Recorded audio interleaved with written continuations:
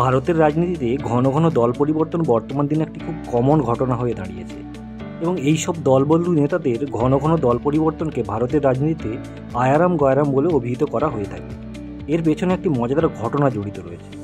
1967 সালে 81 আসন বিশিষ্ট হরিয়ানা বিধানসভা ভোটে হাসানপুর কেন্দ্র থেকে প্রার্থী হয়েছিলেন গয়ালাল নামে একজন।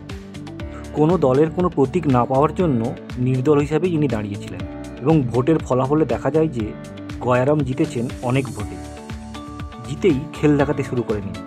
জেতার কয়েক ঘন্টার মধ্যেই যোগদান করেন কংগ্রেসে এবং কিছুক্ষণ পরেই কংগ্রেস ছেড়ে নাম লেখান সংযুক্ত মোর্চায়।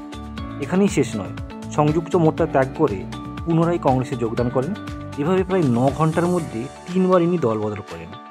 এই ঘটনা নিয়ে ওই সময় এই নেতাকে নিয়ে প্রচুর ব্যঙ্গচিত্র এবং মজাদার চুটকি চারিদিকে ছড়িয়ে পড়েছিল। শুধু তাই নয়, এই ঘটনা থেকে শিক্ষা নিয়ে পরবর্তীকালে সংবিধানে দলত্যাগ বিরোধী আইনও চালু হয় এবং উৎপত্তি হয় একটি মজাদার প্রবাদ বাক্যে, যেটি হলো আয়ারাম গয়ারাম।